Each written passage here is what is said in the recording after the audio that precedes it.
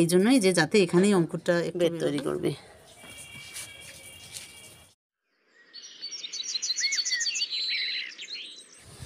আজকে একটা নতুন ভিডিও নিয়ে তোমাদের সামনে হাজির হলাম। তো এখন বাজে সকাল 7টা। তো আমি ছাদে চলে আসলাম। আমার ছাদে কিছু কাজ আছে। তো আজকে খুব সুন্দর একটা জিনিস দেখাবো। সেটা হলো আমার ছাদ বাগানে আমি কিছু বীজ ভিজিয়ে রেখেছি। তো বীজগুলো ভিজিয়ে রাখা অবস্থায় অঙ্কুর বেরিয়েছে। তো সেগুলো আজকে তোমাদের দেখাবো, তোমাদেরও ভালো লাগবে। তো আসসালামু আলাইকুম, আশা করছি তোমরা সবাই ভালো আছো। তো আমিও ভালো আছি। আজকে একটা নতুন ব্লগ নিয়ে তোমাদের সামনে হাজির হলাম। তো যদি আমার ভিডিওটা ভালো লাগে থাকে তাহলে অবশ্যই আমাকে সাবস্ক্রাইব করে দেবে। আর যারা অলরেডি সাবস্ক্রাইব করেছো তাদের অসংখ্য ভালোবাসা।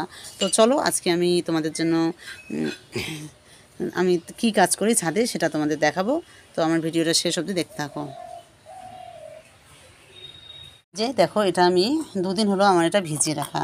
তো দুদিন আমি ভিজিয়ে রাখিনি, আমি এটা পানিতে একদিন রেখেছি, তারপর তুলে এই যে সতীন আঁকড়ায় দিয়েছি। তো দেখো সতীন আঁকড়াটা ভেজা ভেজা আছে। তো এটা আমি খুলে তোমাদের দেখাবো এই বীজটা কেমন হয়েছে। মানে এই বীজটা এত ভালো হয় যে এখানে থাকা অবস্থায় অঙ্কুর বের হয়, আর একটা বীজও নষ্ট হয় না। আমি এই পদ্ধতিতে এবার করেছি। প্রথমে ভিজিয়ে রেখেছি, তারপরের দিন আমি এটা সকালবেলা এসে একটা কাপড়ে রেখে দিয়েছি। তো কাপড়ে রাখার পর সেদিন সারাদিন রেখে আজকে আমি চলে আসলাম। আজকে আমি তোমাদের খুলে দেখাচ্ছি এটা ভিতরটা কেমন হয়ে গেছে, বীজগুলো কি নষ্ট হয়ে গেছে না বীজগুলো অঙ্কুর বের হয়েছে, তোমাদের এটা আমি দেখাচ্ছি। তো চলো দেখো তোমরা।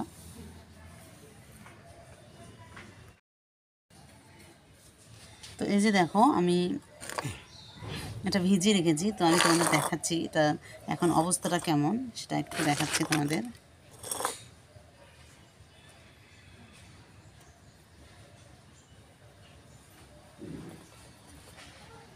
এই যে প্রথমে আমি এটা খুলে নিলাম, তারপর আমি তোমাদের দেখাচ্ছি ভালো করে। খুলে নেওয়ার পর দেখো তোমাদেরকে আমি ভালো করে ক্যামেরা একদম এখানে ভালো করে দেখাচ্ছি। এই যে দেখো অঙ্কুর বেরিয়ে গেছে, এই যে দেখো অঙ্কুর বেরিয়ে গেছে সাদা সাদা। তো দেখো একটা বীজও নষ্ট হয়নি। তো এগুলো আমি এখন বেটে দেবো, আর বেটে দিতে বেশি সময় লাগবে না, খুব তাড়াতাড়ি এই অঙ্কুরগুলো বেরিয়ে যায়। তো তোমরা এই প্রসেসে রাখবে, দেখবে খুব সুন্দর, মানে খুব তাড়াতাড়ি সব অঙ্কুর বের হয়, আর একটা বীজও নষ্ট হয় না। তো এরকম এটাও দেখি তোমাদের দেখাচ্ছি খুলে। তো এটা একটা ভালো পদ্ধতি ছাদ বাগানে বীজ বসানো।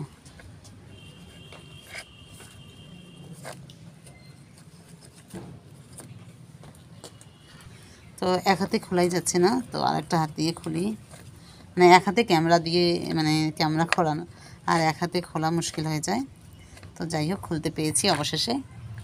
তো এই যে দেখো সেম একদম একই পদ্ধতিতে দেখো কত সুন্দর হয়েছে। তো তোমরা অবশ্যই এই পদ্ধতি অ্যাপ্লাই করবে। এই যে দেখো কত অঙ্কুর বেরিয়েছে, এই যে দেখো দেখো কতটা ভালো পদ্ধতি তোমাদের সঙ্গে আজকে শেয়ার করলাম। তো আমি এটা দুদিন রেখেছি এই জন্যই যে যাতে এখানেই অঙ্কুরটা একটু বেরোবে, যখন আমি বেরিয়ে দিয়ে দেবো একদম তাড়াতাড়ি সব বীজ থেকে চারা হয়ে যাবে। তো তোমাদের কেমন লাগলো অবশ্যই কমেন্ট করে জানাবে, কারণ আমার তো খুবই ভালো লেগেছে এই পদ্ধতিটা। এটা আমি প্রথমবার অ্যাপ্লাই করেছি, আর সেটা তোমাদের দেখালাম, তোমাদের সঙ্গে শেয়ার করলাম। তো এটা আমি এবার বেড়ে দেবো। তো আমার বেডটা একটু তৈরি করতে হবে, তো আগে বেডটা তৈরি করি, তারপর আমি এগুলো দিই। তো চলো আমি তোমাদের দেখাচ্ছি আমি বেডটা কীভাবে তৈরি করি।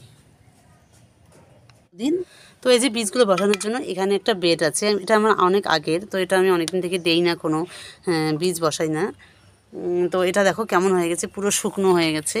তো এটা আমার ভালো করতে হবে। এখানে গোবর সার, কোকোপিট, তারপর যে জৈব সার সব কিছু দিয়ে একটা বেড তৈরি করতে হবে এই বীজগুলো বসানোর জন্য। তো এটা আমি তৈরি করব।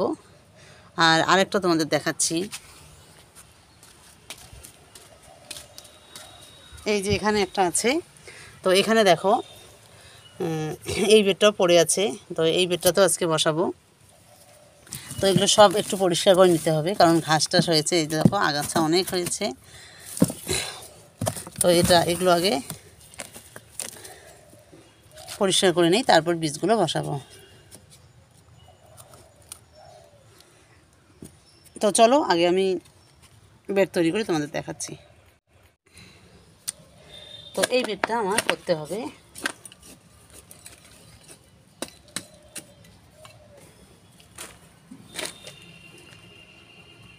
তো দেখো একদম শক্ত হয়ে গেছে মাটিটি সব কিছু।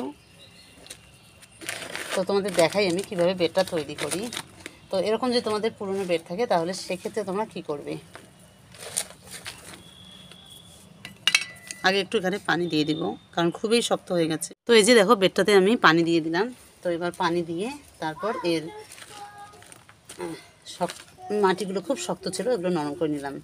তো এবার পরের স্টেপে আমি এখানে কিছু যে সবজির খোসা নিয়েছি। তো সবজির খোসা, কলার খোসা, ডিমের খোসা সব কিছু আছে, মানে এখানে সব পুষ্টিগুণ আছে। তো এগুলো এবার আমি ভালো করে একটু দিয়ে দেব। এর উপরে এবার আমি দিয়ে দেব মাটি চাপা। তো হয়ে গেল। তো এবার আমি এখানে কিছু এর উপরে দেব কিছু মাটি।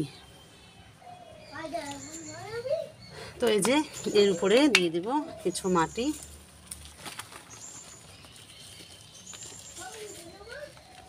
যাতে সবজি যে বীজগুলো বসাবো সেগুলো যেন খাবারটা পেয়ে যায়।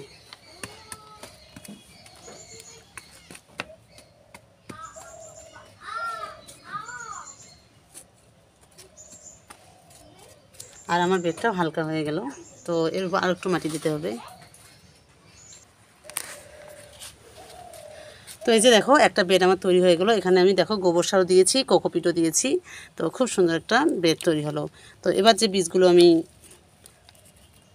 ভিজিয়ে রেখেছি তো সেগুলো এখানে দেব। তো তোমরা এরকম করে তোমাদের ছাদ বাগানে বেড তৈরি করবে।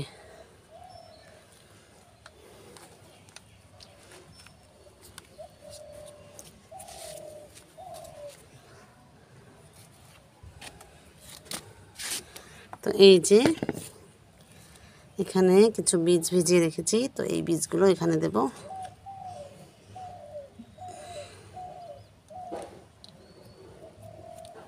দেখো বীজগুলো ভেজাই আছে, এগুলো আর পানি দিতে হবে না। তো এই যে আমার ফাইনালি দেওয়া হয়ে গেল।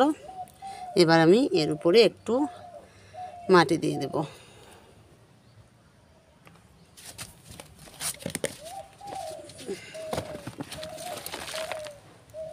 তো এই যে দেখো এরকম করে তার উপরে মাটি দিয়ে দেবে।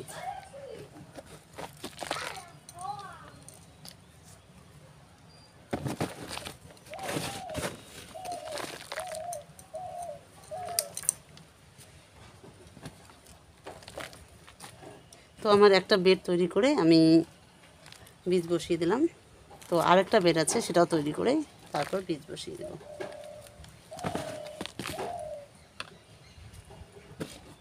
তো ছাদ বাগানে দেখবে সবজির খোসা বা কলার খোসা, যে কোনো খোসা দিয়ে বা ছাদ ওয়েস দিয়ে একটা বেডের অর্ধেক ভরে যায়, তাহলে সেক্ষেত্রে মাটিটা কম লাগে। কারণ ছাদে অনেক সময় মাটি অল্পই থাকে সবার বাড়িতেই। তো এই জন্য এই পদ্ধতিতে করবে, দেখবে খুব সুন্দর, ছাদের ওয়েটটাও কমে যাবে আর সুন্দর সবজিও হবে।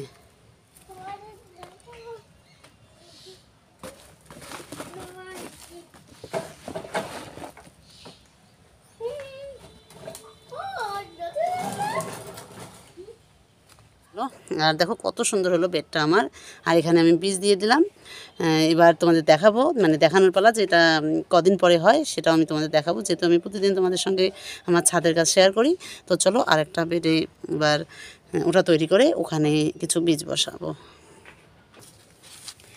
তো সেম পদ্ধতিতে এই বেডটাও তৈরি করতে হবে। দেখো বেডটা একটু শক্ত হয়ে গেছে, কিন্তু ভেজা ভেজাই আছে বেডটা। তো এটা আগে তৈরি করি, তারপর তোমাদের দেখাচ্ছি। তো এই যে দেখো আমি কত সুন্দর একটা বেড তৈরি করে নিলাম এত তাড়াতাড়ি করে।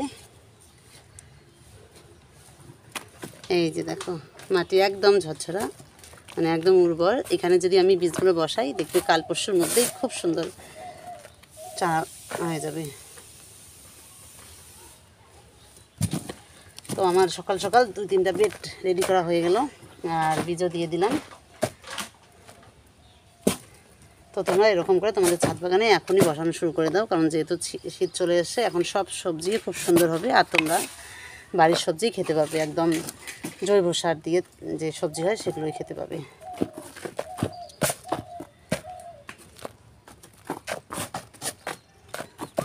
তো এই যে দেখো ফাইনালি আমার হয়ে গেল বেড তৈরি করা। তো চলো এবার আমি বীজ বসিয়ে দেবো। এদিকে আমার বেড তৈরি হয়ে গেল, দেখো বেডটা কত সুন্দর হয়ে গেল।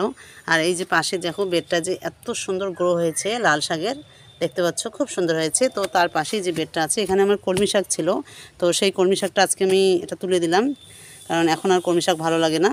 তো সেই কলমি শাকগুলো এখানেই আমি করে দিয়েছি, আর কিছু গোবর সারও দিয়ে দিলাম। তো দেখো আমার খুব সুন্দর একটা বেড হলো। আর এদিকে আমার একদম বীজ রেডি, দেখো বীজগুলোতে অঙ্কুর বেরিয়ে গেছে।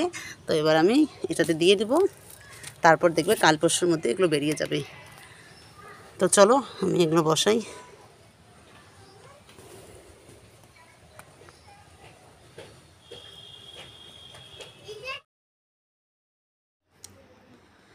তো আমার বীজগুলো বসানো হয়ে গেল, এবার এর উপরে একটু মাটি দিয়ে দেব, মানে মাটির একটা স্তর দিয়ে দেব, যাতে আর বীজগুলো যেখানে আছে সেখানেই থাকবে।